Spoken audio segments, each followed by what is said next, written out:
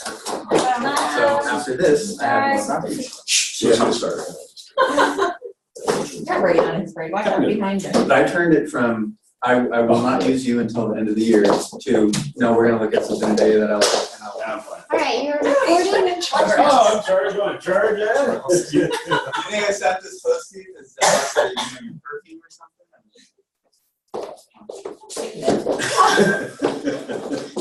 Don't you? It's a manly scent. Yeah, don't sweat. Yeah, you love me, son. Oh, wait, somebody log in. How about me? Are they live? Hey, so we got a, are we? Anybody? No, the light's not on the camera and the whole thing's dead. Well, doesn't it Shows you on point this Teams. way when it's on? It's on. No, there's no light. Right there. Are you sure? Are you sure? Are you sure? Oh, now we're just picking on you. Did you start recording? Nah, I don't know. Here we're recording good, okay, because Ben and I were just having to talk about the MLS while I'm busy logging in. Nah, it'd be fun. What? What? So Kristen said something left, so we're not going to do it, whatever it was. No, I got this. You have the boss on me. Kind of. Is that my password? That's awesome. So we were just talking about the MLS. Class, why does the MLS exist? Why is there an MLS? Oh, Some marketing. Marketing charge Zillow and make lots of money. So we can get paid. I'm sensing some noise from the peanut gallery, which will be summarily ignored, blah, blah, blah. Anybody? Right. So Linda had it. What is it? Why is the only reason the MLS exists? Class, I just What the said hell? it. Here it is. So we can get paid. Okay, so we can. So we can get paid. It's a commission sharing thing, and that's all it is. So if you're going to sell a property in Rooster Poop, California, and you're not a member of the MLS, how much money do they owe you? Gave you the answer. Zero. Zero. Unless you haven't signed a cooperating broker agreement. Yeah, you can make a deal outside of the MLS with them, and that's okay.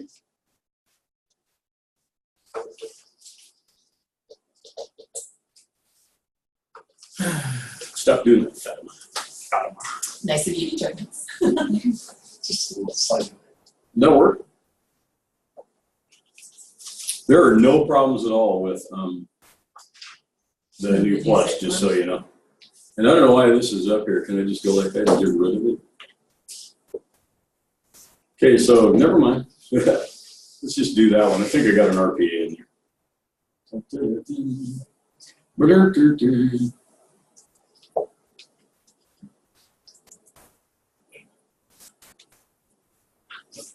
Stop.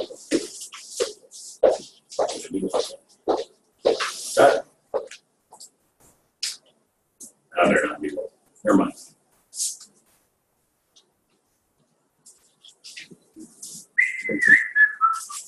It's a little hard to figure out where I'm at with these giant icons. I mean, what's that doing for you guys? Is that nice? That's nice and big.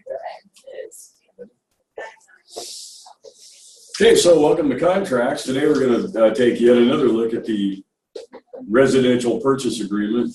Where are the rest of my icons? Does anybody know? Oh, man. Yeah. How about that? What the hell's my full size deal? Where's the rest of my stuff? I'm just going to whinge.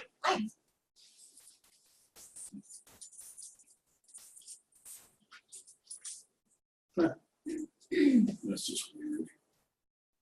What that? Better here, better there. What the hell is going on? We give it another whirl. What else you want to talk about? You should have practiced Fighting this thing. Yeah, I did. Wasn't I just saying that? If you ever go to the board office and you have to do a presentation, make sure you check with them and make sure all your stuff's running. Did he break it? What's that? He's breaking something Yeah, else. yeah, no, why? So first thing I need to do is get watching myself do this off my screen. And then I need to reduce this, which shouldn't it be right there? How about this? I'm not good at that easy. Click the little box in the right corner. 9 million %. Yeah. Have You want them out? days. Do you? Yeah. Do you? Do you? I need some coffee too. Is Anybody? that better I'll for get you? you a cup of coffee if you want. Oh, much better. I like when I'm thinking. Thank you. What was that? I like when I'm texting.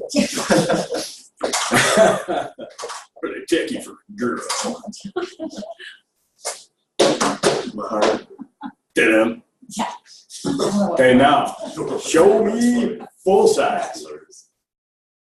Nobody's. This thing doesn't even know I was in there.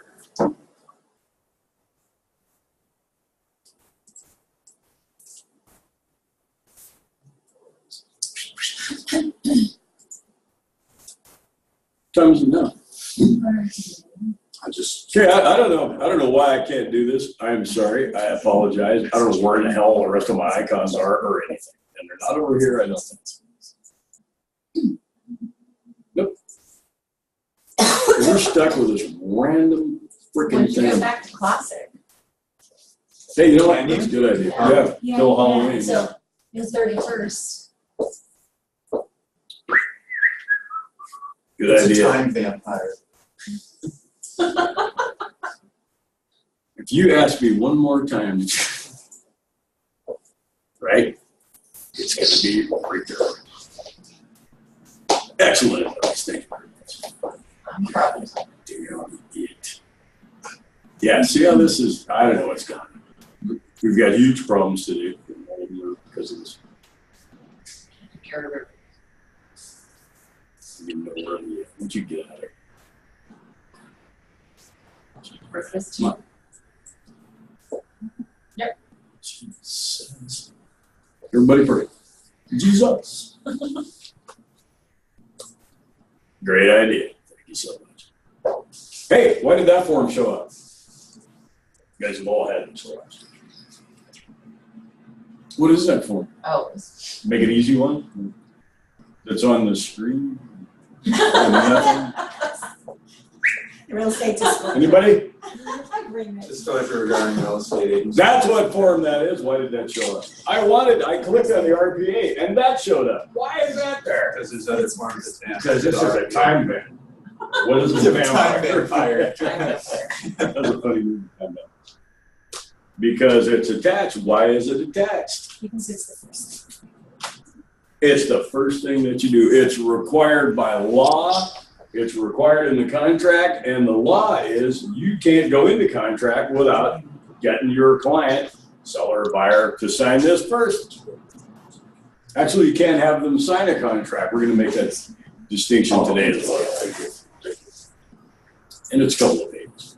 This is the only one where the actual civil code is printed on the back page. My favorite. Really hating the way this looks, but you guys can.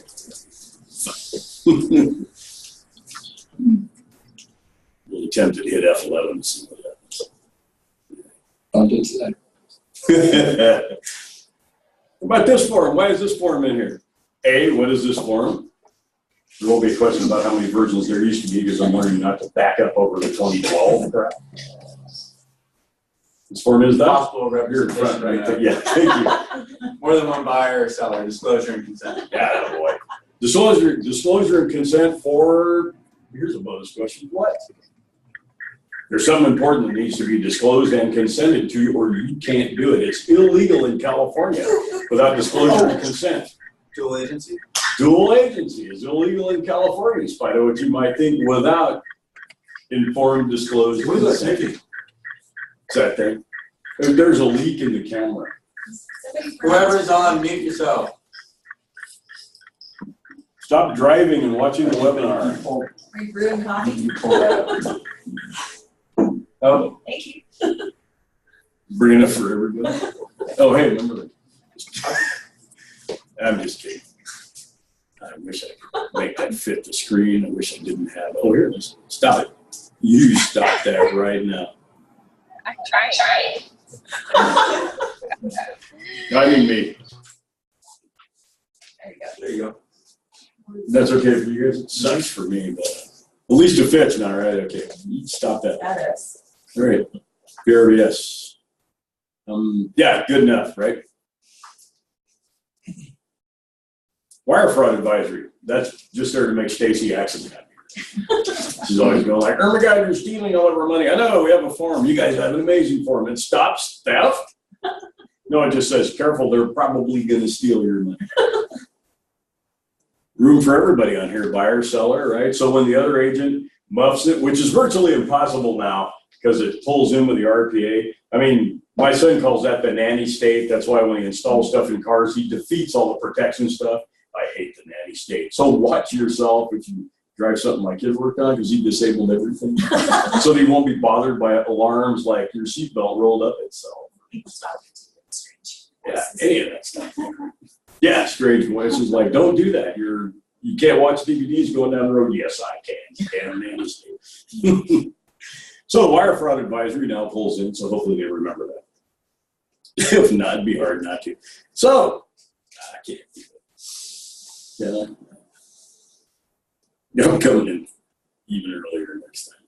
So the residential purchase agreement, I want to make a little kind of a distinction. Stop that. If I knew it goes. You want me to find that There. laser pointer? No, it's no I'll charge Being you. distracted. So, yeah, because I'm going to play with the laser printer. So, date prepared, we've talked about that before. We're going to do more like just filling this in, because I've already beat you guys up with the whole form theory and all that crap. Here's the way we used to do it, and here's the law. Well, what if we had to just write an offer? Wouldn't that be helpful? Date prepared, what goes there and why? Date you prepared the contract. Date you prepared the contract. You being the key word, right? About the time you started typing on this, you popped a date in there, that's the prepared date. And the prepared date has a certain significance going forward through the entire rest of the transaction, all the negotiation and everything. What might that be? Look at me. I just gave up on the rest of it. Just like, you see that? Oh my God, that sucked. Sorry. Have faith. I know, right? Counter offers. Right. All the ensuing documents are related to Contingencies. or made part of that offer dated that date. And that's all you need to know, that date. Agents will argue with that, that never go to class, but that's because you're trying to figure out when was the actual date of contract and all that stuff, and you even get people arguing about that. So CAR just, in their ultimate wisdom, said, you know what, date prepared, date you started writing on, you can change it all the time if you want until you get all signed up. You can even try to make it match the day you actually got the offer signed, that's fine. But that's the date when it says this is a counter to the counter offer dated, whatever, this is a counter offer to the offer dated, whatever, that date prepared. Not the signing date, not the contract date, not the acceptance date, not none of that. Yes? All good? Okay, good. 1A, this is an offer. You know why it says this is an offer? Because it's an offer. That's all it is. It's an offer. It's not a. That's a tough one, isn't it? Let's Is it? It's not a contract, right? Yeah, it's like That was Jeopardy where he goes, wrong. "Oh, Melissa, you almost had it." Like, damn it, Alex, the rapist. Something. It's an offer. It's not a contract till Both parties. what happens? Both parties sign and it's delivered to. The seller's agent or representative. Or would it be back to the buyer? Back to the buyer, back to the buyer. And you can name yourself in paragraph 31 to accept delivery on behalf of your buyer. Paragraph 31 says, we don't have an offer until, pardon? Sorry, no, I was. Did you just do a me? Yeah. I have no idea where I was now. See how that works? Paragraph 31, you can put your name in it where it says, it has to be returned to or received by blank, who is authorized to receive it, or seller, or buyer if it's buyer counter, or whoever initiated the document. So in this case, it's got to get back to the buyer or their authorized representative, and it is not a contract until then. All good? And that's way too much contract area for just filling in the document. I totally forgot where it is. Sorry.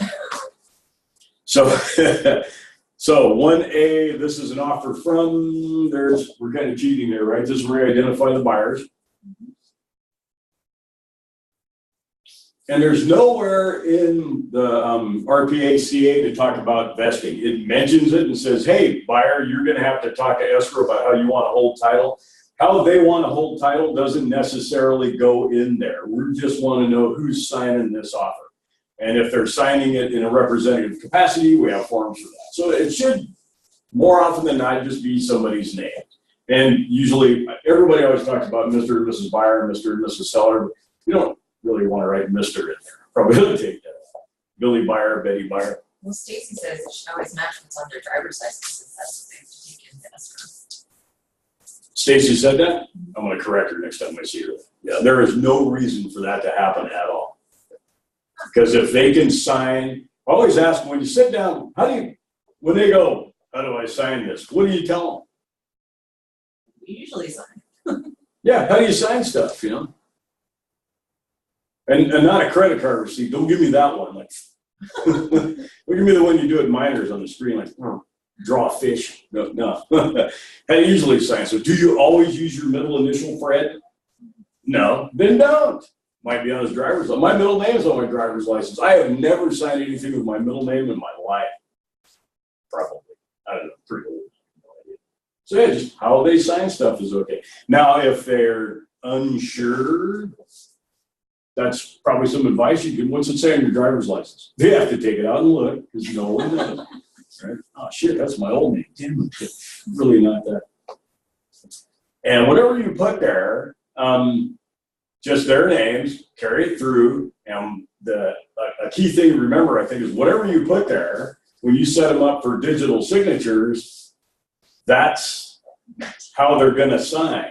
So another question in this modern time, which just dawned on me right now to ask them is, have you ever digitally signed anything? Oh yeah, all the time for the insurance company or the car loan, whatever. Like, what was your name on that? Because they already have a signing account. They might have a DocuSign account or somewhere. DocuSign might already know who they are. So you could ask them that, how to usually sign your digital stuff. We'll just make your signature. When might that change?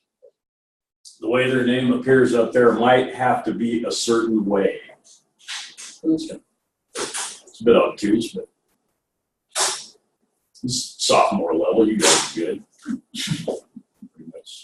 When it's a trust? When it's a trust, right? Because when you're looking at the trust names these people explicitly, and people are hell for using like their middle name and stuff like that. Fred, Jones, Berfel, whatever. Like they'll use 4 names. It's like you could have used anything you wanted. It's just you're just a trustee. We got to name the trust, right? But it could be, you know, Fred Mertz, trustee of the Fred Ethel Mertz Trust. But whatever that is on the trust documents and they're signing as trustee for the trust, that's what goes in there. That's when those middle initials and all that stuff go in there. Because that has to match what's on. For me, that has to match what the trust says. And the attorneys are still the jury's still out, last class I was in, on whether they want you to put trustee after the name or not. So far, they're like, that's a lot of typing. And then their digital signature is always going to say trustee. So I'm good leaving it out. So far, all the lawyers are good leaving it out. So instead of Fred Mertz trustee, just Fred Mertz. But if he's Fred Albert Mertz on the deed and on the trust documents, that's what goes up there. And then the whole thing kind of follows suit better. Discussion or anything? You're all, yeah? Okay, get it. Let us look for a head nod.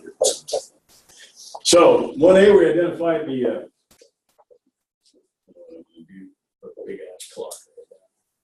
So we identified the property, gave it away. We identified the buyers. Now in 1B, we're going to identify the property, right? And so right there, it says real property to be acquired is, what goes there? The address, right? Where did we get that address the easy way? MLS Connect. MLS Connect, right? Everybody good with MLS Connect? If not, the Temple lady, we'll practice that with you later. And she shook her head.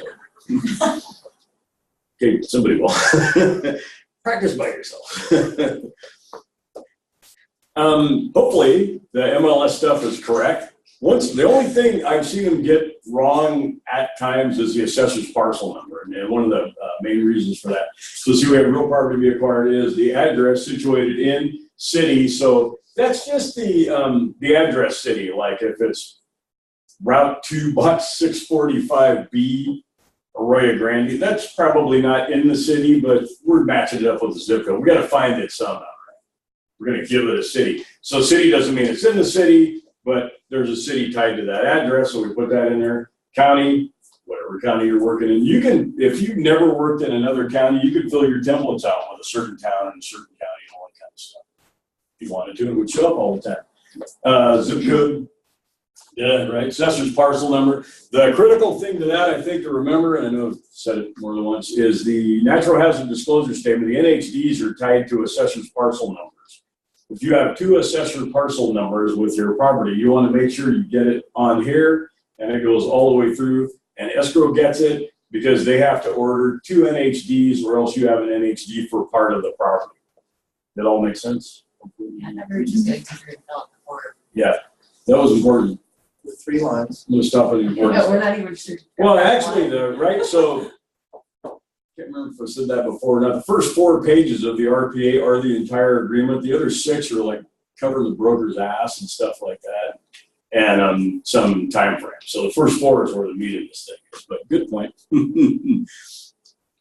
So basically, we're doing the contract in paragraph 1 to make a really long story short. So you got to be careful. This carries through forever, escrow and everything. Buyer, property, purchase price, close of escrow, right? Yep. And Close. also, How do you determine the pardon? well, I would also mention the tips of choosing a date for the close of escrow, Yeah, because there's some without backing up. nuances. Yeah, basically, I think. So as far as a tip, in general, stay away from a date specific. Good luck hitting that. That's why everybody's always putting like within 45 days, within 60 days. And you want to talk to your buyer, right? And you already talked to the listing agent to find out if they have any offers. Is it still available? What's going on? What is your seller trying to do? Oh, they're already out. Like, make yourself happy. Like, the quicker, the better. We're building a house. We're going to need some time. You can work on what that escrow close date is supposed to, escrow time period is supposed to be. The other good source of information is if they're getting a loan, that lender's got a fair idea how long that's going to take. They know how backed up their appraisers are, blah, blah, blah, stuff like that. So if you're writing 30-day escrows and then the lender hears about it after you've already opened escrow, and they go, we couldn't possibly do that CalVet loan in 30 days. What are you doing? So you want to talk to them first. But I know that everybody will tell you, stay away from the date specific unless you have a buyer or seller. Somebody's got some kind of need to name a date specific. I don't know what that would be unless you're like doing it for taxes or something. You're trying to avoid going into the next tax year. So, but I still would, I'd put honor before or by or something like that. And when you see escrow instructions, that's what they say, honor before blank, and they'll figure out the number and put the date in. Anything else? You got another, something else on that? Well, I think, just like you said, always put or sooner, because that way it gives you a little flexibility. Yeah, 2 things. Like, yeah, it's so hard to pick the main date, and also you don't need to amend the escrow if you have a 60-day escrow and it closes in 30. You don't need an amendment. You don't need a contract amendment. You don't need any changes. You're within 60. You close it in 10, you're fine. Nobody needs, you don't have to change the contract, mess with your TRID or anything. Yeah. What's TRID stand for? Anybody? I don't even know. I just open. You're hoping you find out. PITA is the same thing. We thought it was going to be terrible. It's been fine. In agency, there's, well, you know what? No, it's just, we've done that already, right? So 2A, there's a checkbox says everybody got a copy of the AD. Well, everybody did because it printed with the RPA, with a residential purchase agreement, and the one that prints with the RPA goes to the seller, because the seller has to sign one for the buyer's agent. And I can't tell you how many times I've seen that done wrong until they finally just started attaching the right one to the RPA and going, look, kids, we're going to just kind of do it for you. That was helpful. The agency form that attaches to the RPA has a place for the buyer's agent, and the seller right under it. So they all have signed an agency disclosure form for the buyer's agent. The seller has to sign 2 every time unless what? Same agent? Dual agents. Same. Do you still have to if it's within the same brokerage or? Same brokerage, dual agency, it doesn't matter who the agents are, the broker is the agent. When the broker is on both sides of the deal, you have dual agency. Now, the trouble with that is the reason we've actually mechanically gone to everybody doing their own is when the buyer comes to you for paperwork, you want to have it all. Now, the modern transaction management systems have helped a lot with that. You know, the TC can get it forwarded onto them.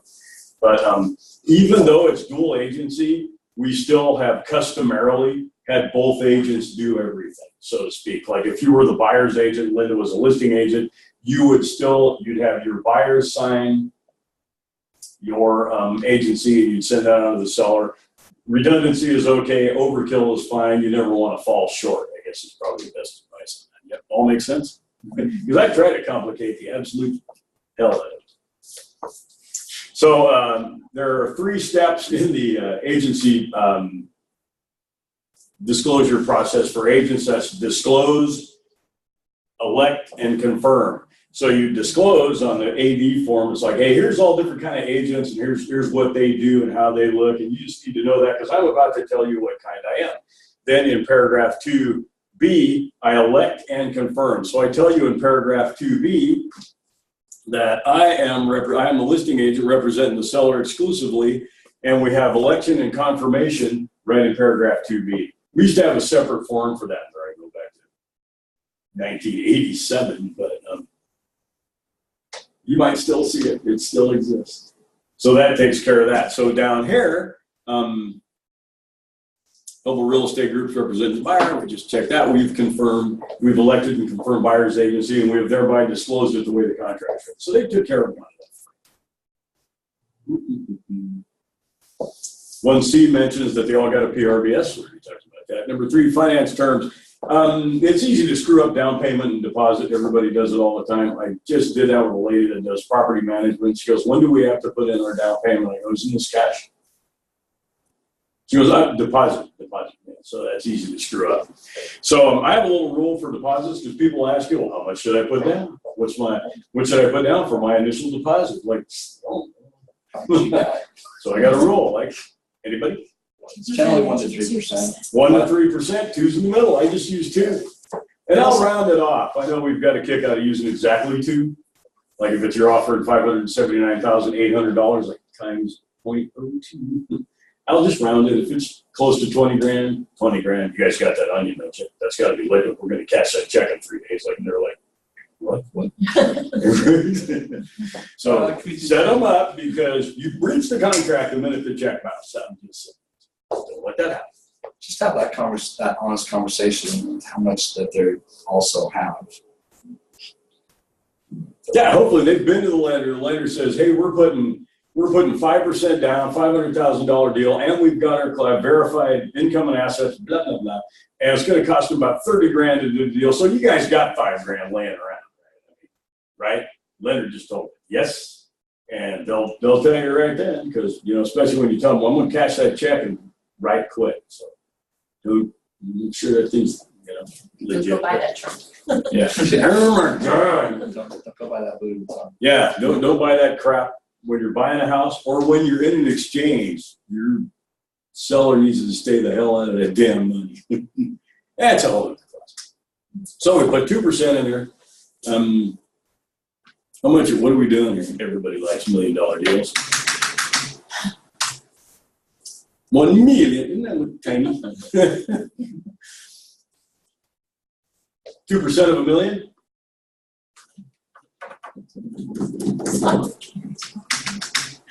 Did I put 200,000 there? Just checking. You did. About now. Did it go Better. away? You sure? Oh, there it is. All right. That's the way cash offers look, right? There's your deposit. Zip Forms does the math. There's your purchase price. The balance to bring into escrow before it closes is the other $980,000. When you do that, check that box right there. And as a listing agent, make sure they check that box right there. All cash offer. No loan is needed to purchase the property because I said so right there. I'm not getting a loan. I promise. Sure you do. This offer is not contingent on buyer obtaining a loan. Right there, took the loan contingency out. Written verification of sufficient funds close transaction is attached to this offer or sell within 3 or whatever days deliver to seller such verification. If you're not paying attention to that box, like if your guy doesn't really have the money yet, you don't check it, you let it kind of slide in, you don't have to verify anything to anybody because you never waived your loan contingency. None of that happened because you didn't check that box. So when you're the listing agent, when it's, it looks like this, 20 grand at the top, million at the bottom, 980 in the middle, nothing on D, the loan amount, that looks like a cash offer. Did you guys miss that box? Should I counter that back in for you? You want me to just send it? I'll just fix it. I've been in some pretty good sized deals where that wasn't checked. That's where I learned to make sure it was checked many years ago. You didn't check on where that $1.5 million was coming from. I pretty much figured you had it. Pick it on me for her. You're out of here. First loan. So if they're getting a loan of, I don't know, $600 billion. That work? There. So the forms will do the math again. So it's really easy to tell what the down payment is if they've actually filled out the contract. How much down they got? Let's see, 320 plus what? The 20 grand, 340 down. What do you got there? Got $1 million with 340 down. What do you got? Oh, right there. I forgot about that. I'm doing a VA loan too. So if none of those boxes are checked, FHA, VA, seller financing, blah, blah, blah, in D1, what kind of loan is it? Conventional loan. Look at you guys reading stuff. Realtors don't read. You're all turning in your licenses tomorrow. Why did I put that 4.25% in there? That money didn't be. See where that's at? I mean, it kind of jumped around. Because if it was blank, they would have to accept whatever was out there. Pretty much. Yep. They wouldn't have a ceiling on the rate. And I've seen people write best available. Well, if rates go to 10 and the best available is 9.9, yeah, okay, good luck with that. Now, I didn't qualify for it, but yeah, I don't know about that, pal. I'm going to have to might just keep you 20 grand. So just another little layer of protection. There's more than one school of thought on that, but I only teach mine. Just saying. That takes care of that. Second loan, you don't see those much, do you, right? But if you're doing something we used to do back in the day, we're not doing much anymore. 580, 15, 8 or 10, 10, that kind of stuff. Seller's going to carry a little second. Or some of these first-time buyer programs used to have the city would carry a second, the bank would carry a second. You could get what they used to call a piggyback. So that goes there. Then you put that in, so they got a $660,000 first in. $100,000 second. Now we're only putting $240 in because we're borrowing two loans. When you get you're the listing agent, and you get an offer from somebody that has two loans in there. What do you? What's kind of an important thing to explain to your seller about that? Let's say the seller's not carrying the second. There's somebody else is carrying. The Wells Fargo's putting two loans on. You guys don't run into that much, so that's kind of a good thing. What about the loan getting sold? No. Now, what's the thing that might affect your seller? Basically, the time that they're going to be in escrow. We have two loans. We're probably going to have to go through two approvals, right? Yeah. And if the first loan is if the combined loan amounts are less than 80%, you're probably going to go through three approvals because you're probably going to get mortgage insurance. Mortgage insurance adds another layer of process, and you do it pretty fast. But be careful of just how busy the bank's going to be when you're the listing agent getting these offers. One reason we used to piggyback them all the time was to get them to 80%. The buyer's got 10% down. We'll get another 10 from the seller or some piggyback program that a lender's got to get that first trust deed up to 80. and thereby often, especially if the seller carries, avoid the mortgage insurance.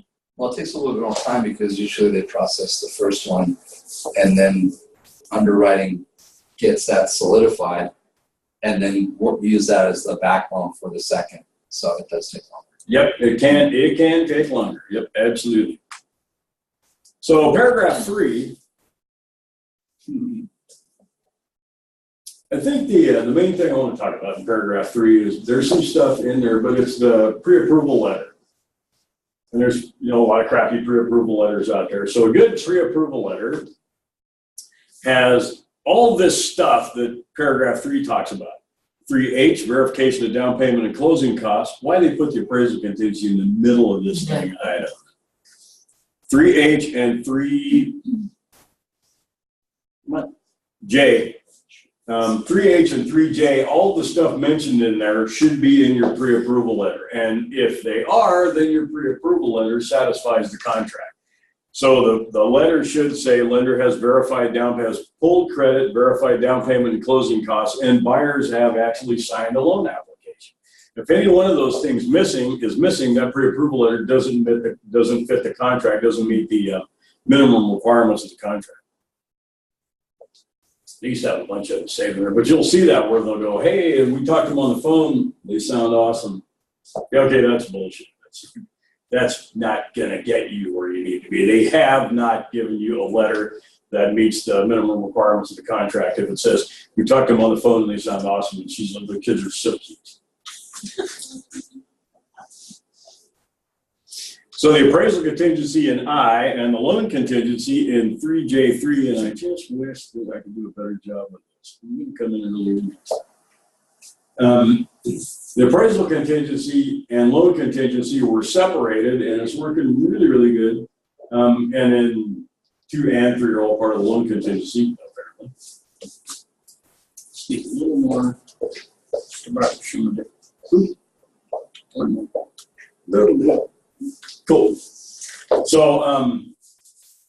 the appraisal and the loan contingency used to be in the same paragraph, and then they bifurcated it. My favorite word. So that you could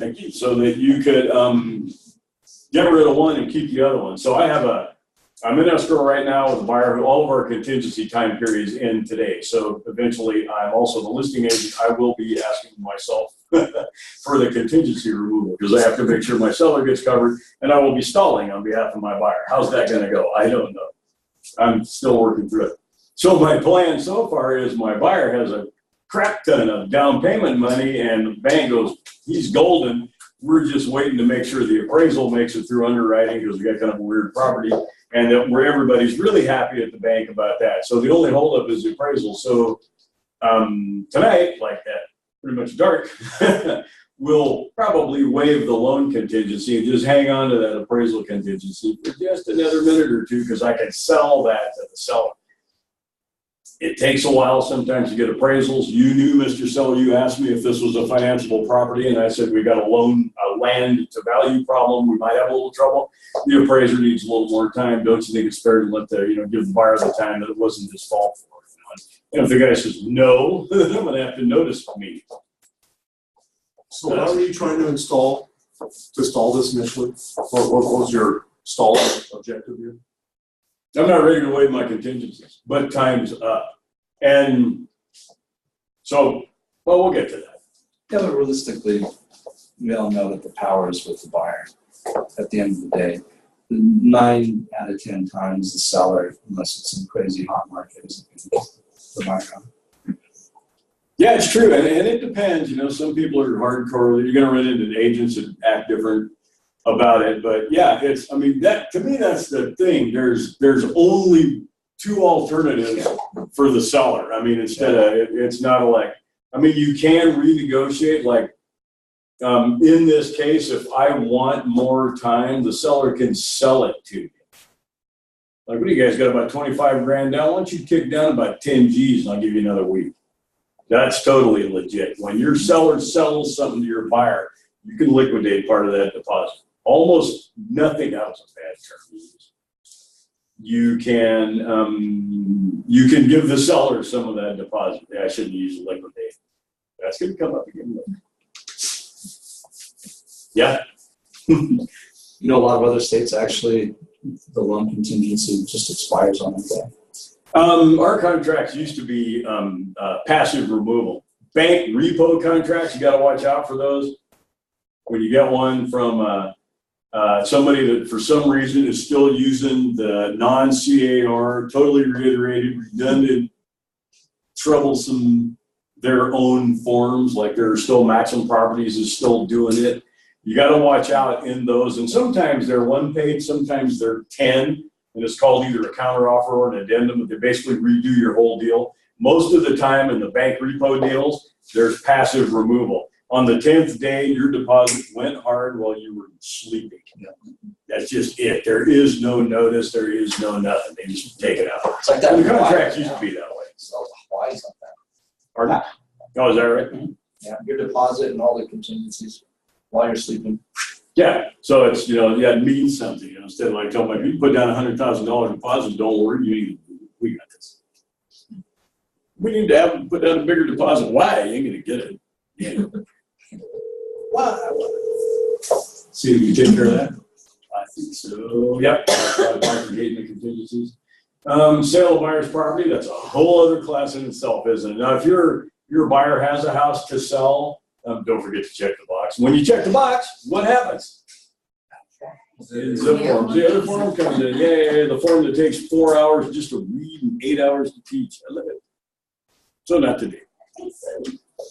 Paragraph 5 is where we attach all the stuff. And it's important to if you're going to add something to the contract, it's like, oh, we need a trust advisory or God knows what. There's some stuff we need to stick on here. You've got to reference it. If you're going to have an addendum to explain something or any of that stuff, you have to reference it in paragraph 5. You have to make it part of the agreement. Otherwise, it isn't necessarily, it's like, well, I sent you that addendum one. So you've got to agree. If you can amend stuff later, but when you're setting this thing up to start with, that's where your addendums and your advisories, in paragraph 5, that's where they get it. Most of them get attached. There are other places to attach, but that place has to be attached. Now you'll see, who the hell's template am I using? Oh, that's right. Yeah, this was a different deal here. So paragraph 5, CAR's got a bunch of addendums, or you might want to, you need to just say something in an addendum. I don't know what you've got. We don't have a form for it, which is hard to believe with 318 forms or something like that. But you have to make up a form. You attach it in 5A because you're amending or addending. You're addending the contract, not amending because we don't have a contract. You're attaching an addendum. So where it says other, that's where you make up your addendum. Or up 2 lines above that, you can use the CAR form. You don't attach it there, and that's addendum 1, right? It could be 1, 2, 3. You could attach a series of them, but that makes it part of the agreement. If you don't attach it and somebody else comes along and tries to figure out what you're up to, it's really hard to do because there's an addendum floating around that changed everything and no one knows because it didn't get referenced for attachment to the contract. Okay. 5B, buyer and seller advisories, probate advisory, trust advisory, buyer's inspection advisory, REO advisory. I think there's a mobile home advisory. There's a ton of advisories and crap that flesh out the contract. We use the RPA basically for residences, and then we can help talk about what kind of residence or what kind of seller or what's going on with an advisory. The statewide buyer and seller advisory, which is I think 12 pages now with like 55 paragraphs or some crap, also has a place to attach stuff. And it's very specific on what is attached to the statewide buyer and seller advisory. Who knows what that is? Who knows what kind of attachments it discusses in paragraph like 57 or whatever it all is.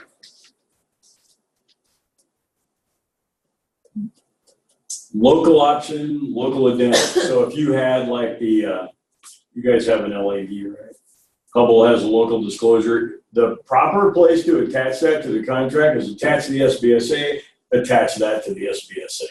Because that's a place in the agreement that says additional local addenda. So Right to Farm, Napomo Mesa Water Area Conservation, whatever the name of that place is, conservation area district, something. That stuff, that belongs on the SBSA. It also keeps you from garbaging up your paragraph 5, because you're gonna run out of room. Paragraph 6, this is pretty much, we were all bitching about it when they first came out with only 3 lines to write, because when we started with a 2-pager, we had to compose almost the 2 entire pages. We had clauses and language we really wanted to use. So yeah, kind of don't put anything. Don't start practicing law if you can possibly avoid it. We probably have a form to say whatever craziness you're about to come up with your own language right there. Some stuff that goes there, though, is we have a propensity to disclose whether a principal has a real estate license. A great place for it right there. It's not really a contract term, it's a disclosure we need to make. That's a good place for it. Not too much else we need to do with that anymore. If you're going to do an exchange, we have forms. Just about everything I've ever seen in the last couple of years, somebody write in there, we have a form for it. We mean CAR, meaning you. Question for you on that one. No, Elizabeth was first. Ladies first. Yeah, but My name is behind your head, Go right? So I just did one, and David recommended that put all personal belongings to be removed from property 72 hours prior to close of escrow. right, so that's a change, yeah, and that's a thing that nobody's ever been able to figure that out. Right, George Murphy's like, I've never seen such a thing. No, and it's, if you explain it to them, and the way I explain stuff when I have a broker is my broker calls his broker, and I go back to work. Like, yeah, sure I did. You called George. Bye. I'm gonna go get another buyer. See ya. And like, you talk him into, let me know what happened. If you guys can't agree on that language, take it out of that. I took it out. I had so much crap Yeah. back on that. And 72 hours is like, so, It's still their house. did you even fund your loan or anything? Like, where are we? That's kind of a thing. Where But am I supposed to put my stuff? But it is a. But that's the correct spot you would do something. That's where I'd put that. Yeah, we don't have a form for that. Yeah, Yeah. there's a reason. Now we do if the seller's going to hang around, right? Who knows the name of that form? Seller's going to hang around, but not very long. Seller in possession. And is it a lease or a license? License. It's a license. No longer a lease. Seller in possession used to be a lease. Yes. Nothing in here, so I go to the audience. That's right. Yeah. Good example though it's like, and I guess that's why I said whatever crazy this you're gonna put in. Yeah. We probably have a form for it unless it's too crazy. But I know where he's going with that. You guys have probably heard the speech more than I have about what happens if they break something between the time they move out and we move in, or they're moving out, they're breaking stuff. So if There's definitely an argument. possession was going to be delivered, yeah, right? Yeah, somebody's going to figure that out someday. And I think the easiest language for that is, A, get an attorney to write the language and use that. Maybe they did. Or seller's obligation for condition of property to survive the close of escrow through buyer's possession or something like that. So it's like, okay, so it closes escrow at 8 o'clock in the morning more often than not. We don't hear about it till about 10. We're putting the buyer in there about noon. So if they break something between 8 and noon, buyer doesn't really have possession until, like a little, we write it in there what time they have possession. I think what they're trying to do with that 72 is libel the seller for breaking crap after the close. Or leave it. Well, the contract says it has to be out. Your crap that's not included in the sale's got to be out. Paragraph 11, I think. Had So you your put trash has to that- go. had you put that verbiage in this contract for this person at Trilogy, they wouldn't have gone through a $25,000 lawsuit. Because in that interim, a huge water spill ruined wood floors in the house. Yeah, after the condition of property, all that stuff's happened, yeah. See? Yep. That's So- not what happened. If we're talking about the same property. It's very close to that. The guy didn't come down and verify it and, well, anyways. So the seller was ultimately at fault. Everybody and their brother For was the- ultimately at fault. Yeah, they had real estate agents in that deal. Yeah, that shit just ran down. However, some of them were barely even scathed. So are you saying to put that in there, or what was your final? That's your problem. That's Yeah, me, no. Someday I'll figure something Following your out. brokerage. It also doesn't show you going forward with faith. I mean, if I was a seller, would it take me off if I saw that? Then you kind of got to explain it to him, or you got to explain it to George so that George can explain it. Plenty you heard from George. George wasn't the listing agent, right? I mean, ostensibly he's the broker, but I've never seen George write a contract. Well, I shouldn't say As that. long as things are it's, explained it's, upfront. it's his house. What was their house?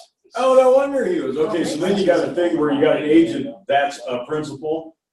That's a demon. That's somebody that has to be handled carefully with asbestos gloves. They're gonna be a lot more excitable.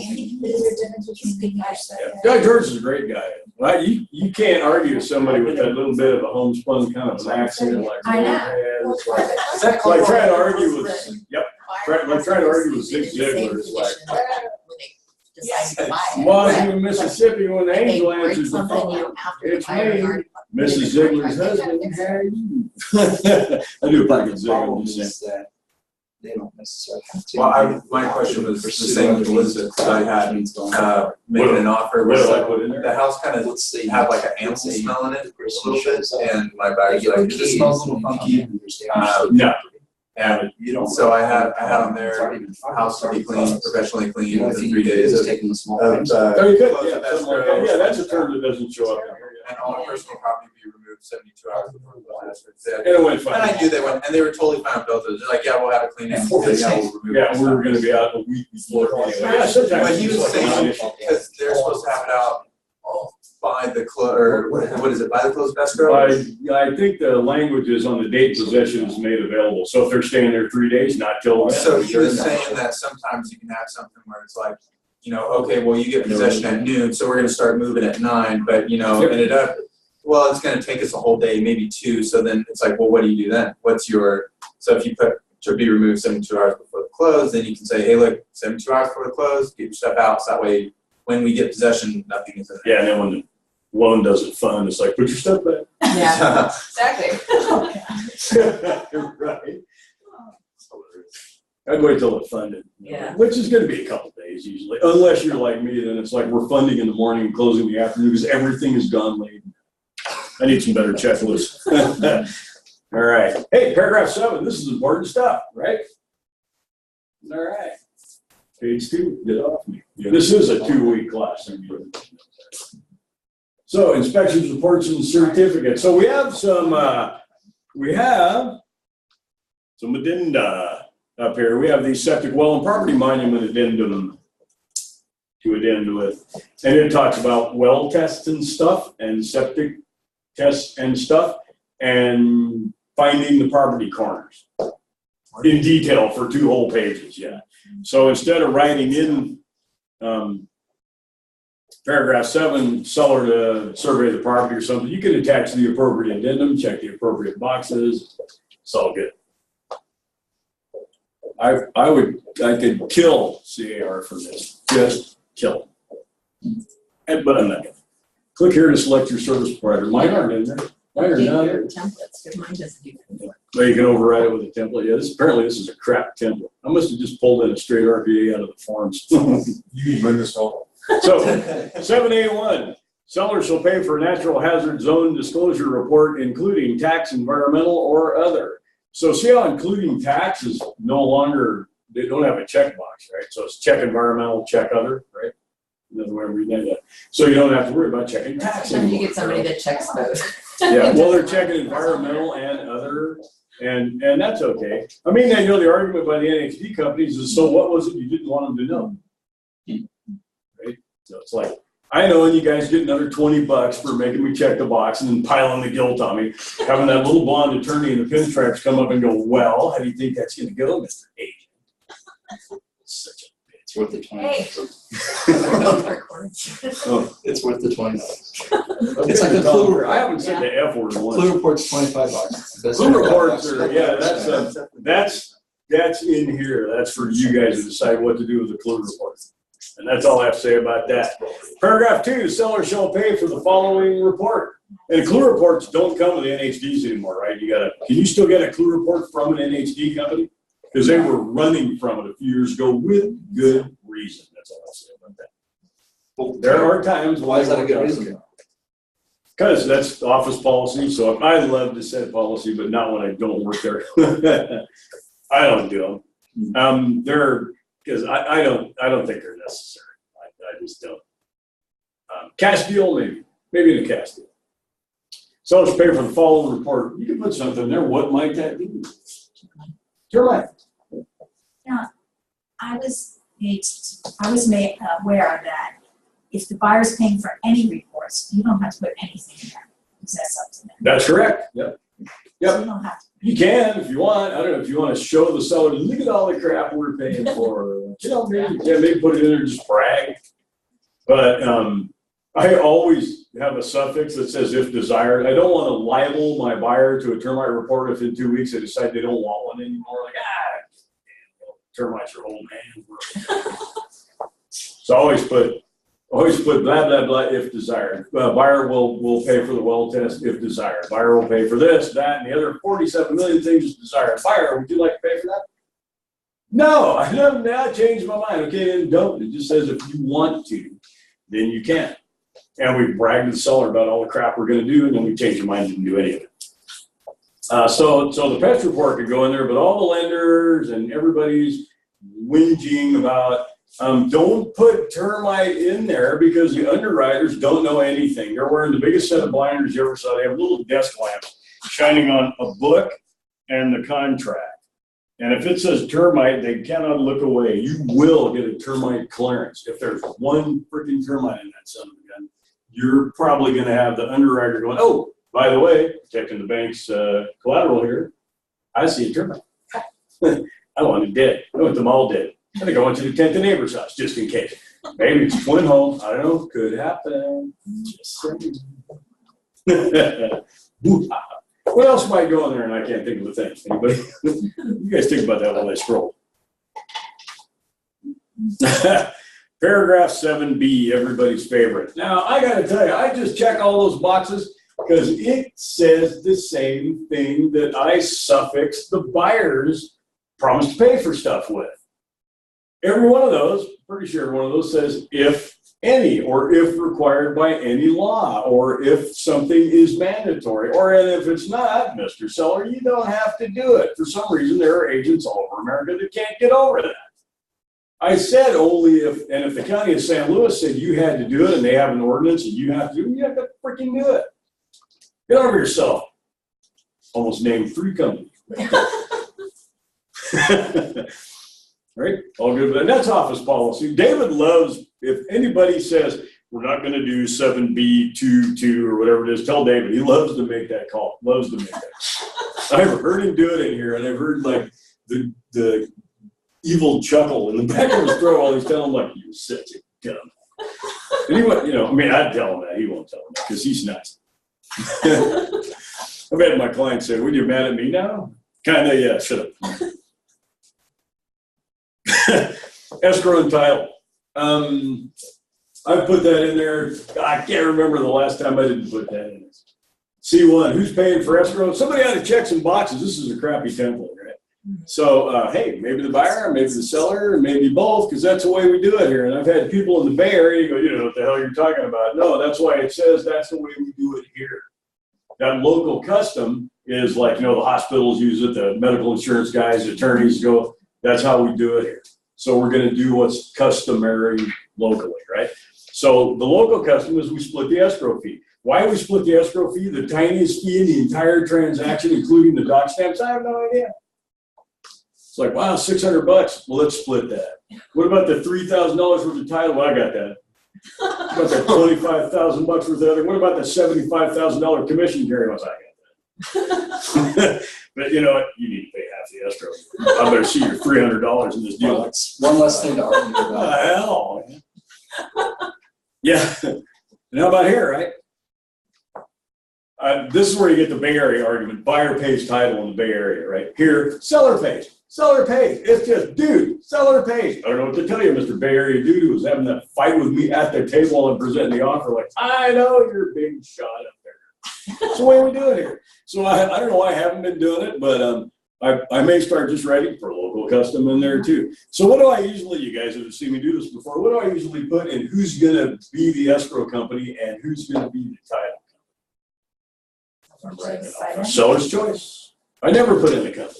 I'm not that guy. I'm not directing this. I'm not going to make my buyer look like they want to pay for the whole thing. Either there's a law called Buyer's Choice Act that I'm still waiting to see get enforced once somewhere ever. Probably has without me watching. The seller starts going, you will use Mary Jane at Fidelity? Fine. Pay for it. You just offered to pay for the whole thing by forcing me to go there. That's the law. It's called the Buyer's Choice Act, which was to tell the seller, stop making the buyer's choice. I just put seller's choice there. Tell the buyers, always ask the buyers, do you have somebody you use all the time for escrow? Like your mom works at Fidelity in Santa Maria or something. Katie Cope's mom, Mark Burdell's mom. They got a lot of moms are entitled. Find out. Like if my sister's entitled, I have to see her at Thanksgiving. Oh my God, we have to go there. Try to get that. Try to make that. You call the other, you're writing the offer, you call the other side. You guys got some title company you're like kind of hung up on? Depends where you're, you have somebody you really like to use. Well, I don't want to use. You have somebody you're kind of hung up on, can't live without. Find out. And then that's what they used to call it, top-down points. Like we had 2 title companies. Well, we got 3 title companies, probably 4 escrows in the entire market area. You're probably not going to get hurt. When you go out of town, that can be interesting. I got my opening package from Fidelity in Fresno last night. We're closing like a week from Monday, or maybe Monday, I forgot. Okay, seller's choice, seller's choice. Another customary thing we do here, D1, rector. Think. Seller shall pay county transfer tax. Why I check buyer out on that because I'm worried about. Are you paying attention? Are you? Right. Now we're going to split that because that's like $100. Sellers pay county transfer tax or fee. How much is the fee? We used to have to know that because we used to have to reverse engineer the Vrooman's report of who paid for who bought and sold stuff in a week by reverse engineering the doc stamps. That's the only thing it reported was the sale closed at $2,312. You had to back into the sale price, which is $1.10 per 1,000. Divide that by 1.1, not sure. You guys care? You don't care. City transfer tax or fee. I'm not aware of any here close by. In any of these towns we work in normally here. Probably that applies. Yeah, that's and I have my templates that have if any in some of these lines. If I was actually using my template, so it's pay city transfer tax or fee if any, because I don't know, they could have made one up Tuesday night at the council while I was like it would have been last night while I wasn't paying attention, right? HOA stuff. The main thing about HOA stuff the seller needs to know is they got to pony up front now. They've been screwing around with this. Who's paying for the HOA? How fast are they moving? And what can they charge it over about the last 10 years? So they got the HOAs a little under control for exorbitant assemblage fees, and the seller has to just pay it. That's kind of what kept them quiet. They weren't doing all this work and waiting for escrow to backfill them 2 months later. The seller's just got to pony up whatever they want to cut those documents loose. They're usually a couple $100. So it's important for everybody to know that. But the seller doesn't have to, isn't it? D4, seller shall pay HOA fees for preparing documents required to be delivered by Civil Code 4525. That's the law. If the buyer wants to take that responsibility, they got to give the seller that money right now. I'm going to pay for that, but they won't take it through escrow. They want it right now. Generally speaking, because now they have the right to get it right now. And they don't have to turn those documents till they get it. That's what we're seeing. That's what I'm saying. Make sense? Enough to know what to write there, where there is no blank. Home warranty plans. So there's 10, there's buyer will pay, seller will pay, or my favorite box, buyer waives the purchase of a home warranty plan, but nothing in this paragraph precludes buyers purchasing a home warranty plan if they change their mind. That's why I write all my buyer cost stuff. I'm going to do the section 1 if I feel like it. Maybe I won't. I'm going to get a home warranty maybe. You know what? Right now I'm not, but I can later if I want to. So that, to me, I use that because that tells the seller up front where you don't have any part of this. Just we'll pay for it if it happens. Just this is not a bill you're paying. One reason to put in 10 though that the buyer is going to pay is if you're really, really good at monitoring your transactions, that's awesome. If it says here buyer waives, nobody's gonna remind you that your buyer might have changed their mind later and wants a home mortgage. You gotta really keep an eye on that. Yeah, customarily, it's yes for the seller to pay, and all those things are all part of the negotiation. Here, I'm gonna go El Cheapo on the price. I'm gonna go what I believe what generally is perceived to be 5% under market, but don't worry, you are not gonna get a single bill. I'm even paying the buyer's commission. God knows what, the agent's commission. Sometimes that happens. And then you don't want to load it up with seller fees, but it's all a function of price and all part of the negotiations. And through the bottom of page 4 or 3. Okay. Paragraph 8, we've kind of beat it up over our time together. The key to paragraph 8, I think one of the most important things there is 8A. You want to be, as practitioners, really conscious of 8A, which says items listed as included, or you still run into this, right? Items listed as included or excluded in the MLS, flyers, marketing materials, which would be virtual tours. Right? Virtual tours are deadly now, right? The guy's got a drone. There's nothing you can't see now with a virtual tour. It's like, oh man, I didn't know they had that really cool gnome under that bush. The guy caught it with virtual.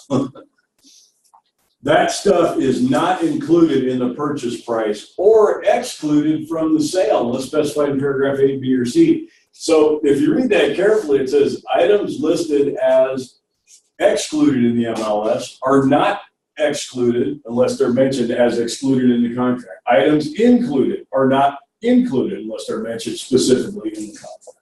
I think there's been so much grief over that ever since they made paragraph 8. I mean, that's just a really important thing to know. Any questions on any of that so far? Any corrections you want to make to all the crap I just gave you?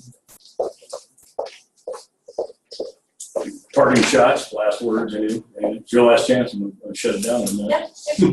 Great. All right, cool. All right, so we'll pick it up next week on top of page 4, and we'll just burn right through it. Can I take 2 minutes of everybody's time because we just went done with a compliance meeting over at good idea. The thing is, they're pointing at me like, what are you doing here? Like, are you good? no free food. I'm done. I start walking. Good job.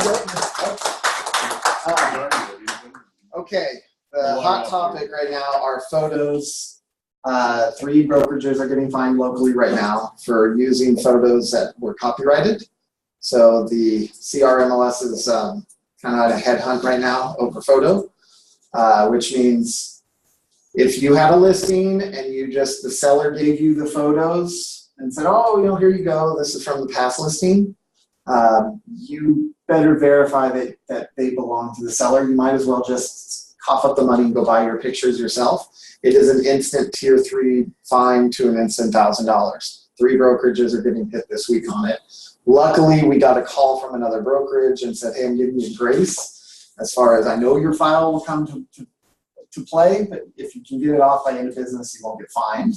So we were one of the 3? No, we were one of the 4. One of the 3 that is getting fined that is going to have to argue at the MLS because it is a 0 tolerance. They're just, boom, you're getting hit, and then they send you a link that says that you can go to our website and pay the fine.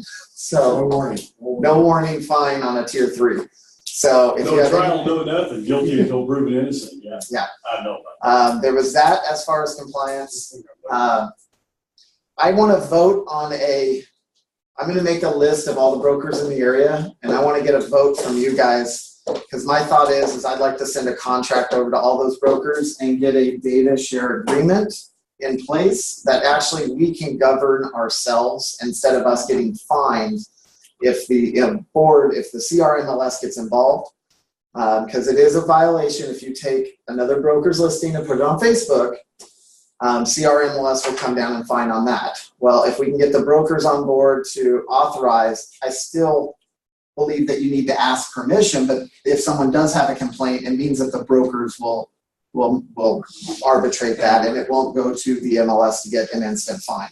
So I'm going to start reaching out to the brokers across the board and see if anybody's on board with that idea of, can we mandate this with our agents instead of it getting escalated up and everybody's getting fined over it. And it's to their advantage too, because we're advertising their business. 99% of the brokers in the room today said, that's a great, we're not giving any pushback on that. If we have an issue with it, we'll bring it from broker to broker and we will take care of the issue instead of it getting escalated. So if everybody's if we want to vote on that idea, if not, it means that you have to get written permission, and CRMLS is basically going to be our arbitrator. There's another issue that came up too. It used to be a violation where you take a picture of, if you got a condo in Pismo Beach and you take a picture of the pier, that was a violation. No longer is a violation as long as you label it in the MLS. But when it's syndicated out to other websites, that label doesn't go. So there's a You need to put, I noticed in Fraser Park and Pine Mountain, agents over there, they put it in the agent description or in the description of the property that does get syndicated out. It disclosed that the scenic pictures are copyrighted by blank, and they put that as their little disclosure of public information. And that would make them compliant as far as it was 3 pictures of the house, and then all of a sudden it was a picture of the clubhouse and the surrounding communities. Yeah, they have all this stuff. So if you find yourself taking pictures of clubhouses or anything that you can't physically see from the house, so if you're at the house and you're taking a picture of the clubhouse, you're fine. If you leave the house and drive around the corner, you go to the clubhouse and take a picture there, that is not the subject property. You need to disclose that that is a picture of whatever community and make that part of the notes. The biggest violation is agents going to using other agents' photographs and using it on their. James is getting a pass right now. $1,000 pass, but he's we It's got easy to to do. do It's that. real easy, but it's a violation. It's $1,000, no fine. I mean, no warning. Last thing, Google Maps. If you screenshot your computer to do a Google map, tier 3 fine. And that one they are headhunting really, really quickly. So just know anything that you don't have permission to use, don't use it. They're on a headhunt right now. Plat maps are very common to put on the MLS. Those are okay. Cindy got approval from the county. So if you want to put a plat map on the MLS under your listing.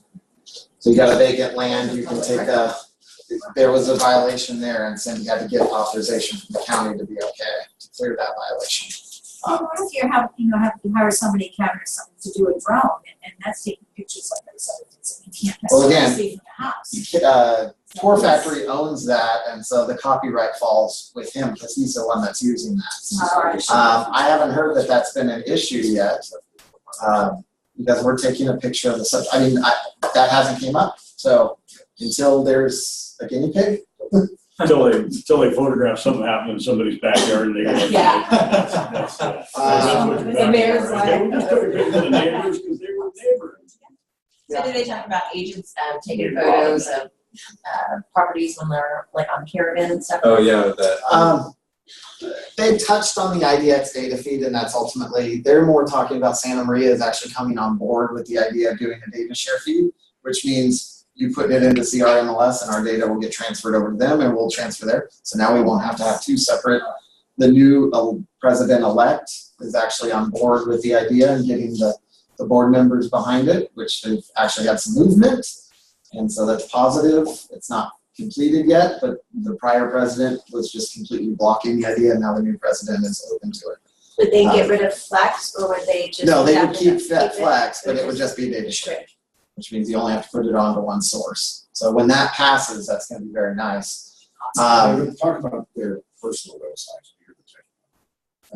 advertising other agents. That's why so pretty much we need to have in writing. As a brokerage, I'm going to go around and try to just blanket us so we can't get fined. It's still going to be in writing that says you need authorization, but I just want to get us a blanket so then it's not a finable offense. Hey, can you get my website to show the compliance? As long as you have your BRE number on there, you're going to be just fine. If you're out branding yourself, BRE, whatever. Last but not least,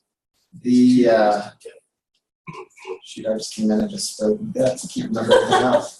That was pretty much so the sign writers. If you're out branding yourself, moving with Moser, and all of a sudden she has branding there. If it doesn't have anything to do, if it doesn't have the company logo on there, the company BRE number has to be on that, and it needs to be the size of the font.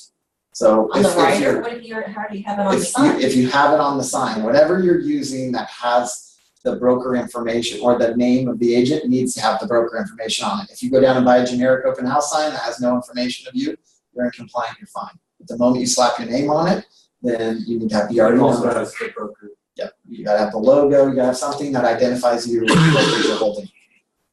So you can do logo or URE number. I'm gonna blanket both just The RE because, part, the number yeah, part. I'm gonna blanket both right now until we get told that I have to. One thing on that picture anyways, you also have your DRE number. I'm pretty much everything, so we're prepping for that.